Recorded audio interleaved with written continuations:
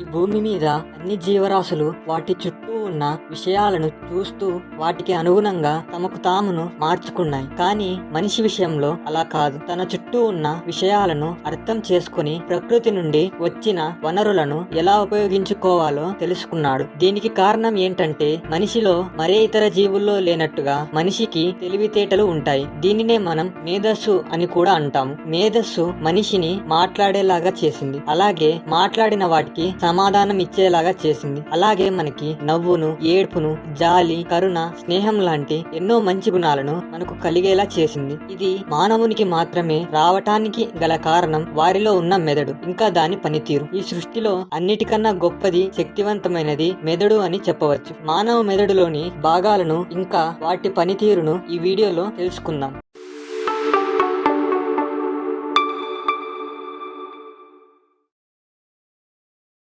మనం చూసే ప్రతి జంతువు అంటే క్షీరదాలు, పక్షులు, సరీసృపాలు, చేపలు, ఉభయచరాలు ఇవన్నిటి గురించి మన మెదడులో కొంత ఇన్ఫర్మేషన్ కలిగి ఉంటుంది. కానీ మానవ మెదడు ప్రత్యేకమైనది. ఇది అతిపెద్దది కానప్పటికీ ఇది మాట్లాడటానికి, ఊహించటానికి మరియు సమస్యను పరిష్కరించడానికి బాగా సహాయపడుతుంది. ఇది నిజంగా అద్భుతమైన అవయవం అని చెప్పవచ్చు. ఇది శరీర ఉష్ణోగ్రత, రక్తపోటు, హృదయ స్పందన రేటు మరియు శ్వాసను కూడా నియంత్రిస్తుంది. ఇది మీ వివిధ ఇంద్రియాల నుండి మీ చుట్టూ ఉన్న ప్రపంచం గురించిన సమాచారాన్ని అంగీకరిస్తుంది. ఇది మనం నడుస్తున్నప్పుడు, మాట్లాడేటప్పుడు, నిలబడినప్పుడు లేదా కూర్చున్నప్పుడు మీ శారీరక కదలికలను నిర్వహిస్తూ ఉంటుంది. ఇది మిమ్మల్ని ఆలోచించడానికి, కలలు కనడానికి, కారణాలు మరియు భావోద్వేగాలను అనుభవించడానికి మిమ్మల్ని అనుమతిస్తుంది. ఈ పనులన్నీ ఒక చిన్న కాలీఫ్లవర్ పరిమాణంలో ఉండే అవయవం ద్వారా నియంత్రించబడతాయి. మీ మెదడు అనేది వెన్ను మరియు మీ కేంద్ర నాడీ వ్యవస్థగా పిలువబడే సంక్లిష్టమైన సమగ్ర సమాచార ప్రాసెసింగ్ మరియు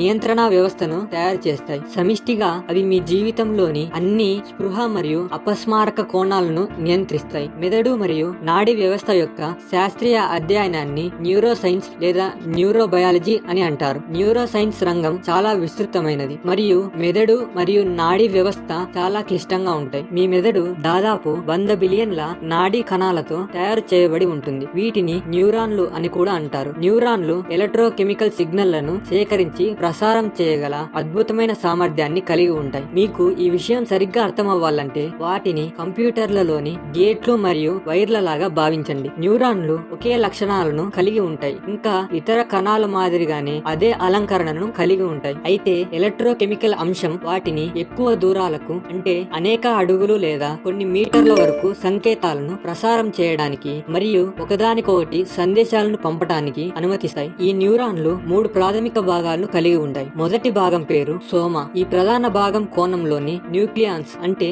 DNA కలిగి ఉంటుంది. అలాగే ఎండోప్లాస్మిక్ రెటికులం మరియు ప్రోటీన్లను నిర్మించడానికి రైబోజోమ్లు మరియు శక్తిని తయారు చేయడానికి మైటోకాండ్రియా వంటి అన్ని అవసరమైన భాగాలు కలిగి ఉంటుంది. సెల్ బాడీ చనిపోతే న్యూరాన్ చనిపోతుంది. రెండో ప్రధాన భాగం పేరు యాక్సాన్. ఈ పొడవైన కేబుల్ లాంటి ప్రొజెక్షన్ సెల్ పొడవునా ఎలక్ట్రోకెమికల్ సందేశాన్ని కలిగి ఉంటుంది. న్యూరాన్ రకాన్ని బట్టి యాక్సాన్లు ఇన్సులేటెడ్ ఎలక్ట్రికల్ వైర్ లాగా మైలిన్ యొక్క పలుచని పొరలో కప్పవచ్చు. యాక్సాన్ అనేది మైలిన్, కొవ్వు మరియు మాంసకృతులతో తయారు చేయబడుతుంది. ఇది పొడవైన యాక్సాన్లలో నరాల ప్రేరణకు వేగవంతం చేయడానికి కూడా సహాయపడుతుంది. మైలినేటెడ్ న్యూరాన్లు సాధారణంగా నరాలలో కనిపిస్తాయి. అయితే మైలినేటెడ్ కాని న్యూరాన్లు మెదడు మరియు వెన్నులో కనిపిస్తాయి. ఇక చివరిగా మూడవ భాగం పేరే డెండ్రైట్స్. డెండ్రైట్స్ యొక్క ఈ చిన్ని బ్రాంచ్ లాంటి ప్రొజెక్షన్లు ఇతర కణాలకు కనెక్షన్లను ఏర్పరుస్తాయి మరియు న్యూరాన్ ఇతర కణాలతో మాట్లాడటానికి లేదా పర్యావరణాన్ని గ్రహించటానికి అనుమతిస్తాయి. డెండ్రైట్లు సెల్ యొక్క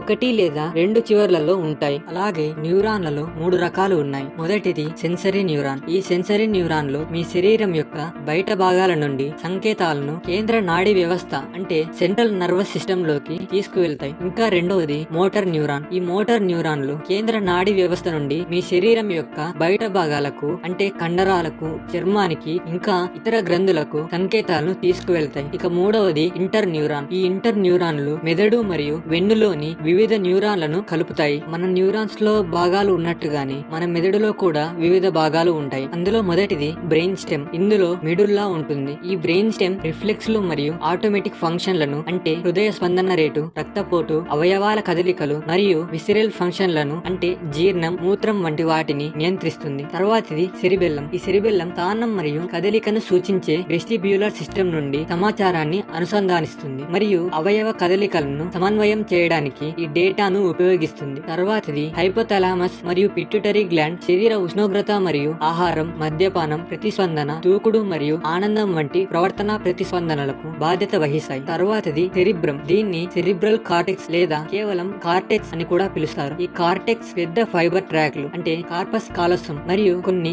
లోతైన నిర్మాణాలు బేసిల్ గ్యాంగ్లియా, అమిగ్డాలా మరియు హిపోకాంపస్ లను కలిగి ఉంటుంది. ఇది అన్ని ఇంద్రియ అవయవాల నుండి సమాచారాన్ని ఏకీకృతం చేస్తుంది, మోటార్ విధులను ప్రారంభిస్తుంది, భావోద్వేగాలను నియంత్రిస్తుంది మరియు జ్ఞాపక శక్తి, ఆలోచన ప్రక్రియలను కలిగి ఉంటుంది. సెరిబ్రమ్ మానవ మెదడులో అతిపెద్ద భాగం. ఇది ఇంద్రియ సమాచారాన్ని స్వీకరించే మరియు వివరించే, కదలికను ప్రారంభించే, సమాచారాన్ని విశ్లేషించే, కారణం మరియు భావోద్వేగాలను అనుభవించే అన్ని కేంద్రాలను కలిగి ఉంటుంది. ఈ పనుల కోసం కేంద్రాలు సెరిబ్రల్ కార్టెక్స్ లోని వివిధ భాగాల్లో ఉన్నాయి. ఇది సెరిబెల్లం బయట పొర మరియు బూడిద రంగు పదార్థంతో కూడి ఉంటుంది. లోపలి భాగం తెల్లటి పదార్థంతో తయారవుతుంది. అంతేకాకుండా ఒక మనిషి బతికున్నాడా చనిపోయాడా చెప్పడానికి అతని బ్రెయిన్ పనిచేస్తుందా లేదా అని చూస్తారు. ఇలాంటి మరిన్ని విషయాలు రాబోయే వీడియోస్ లో తెలుసుకుందాం.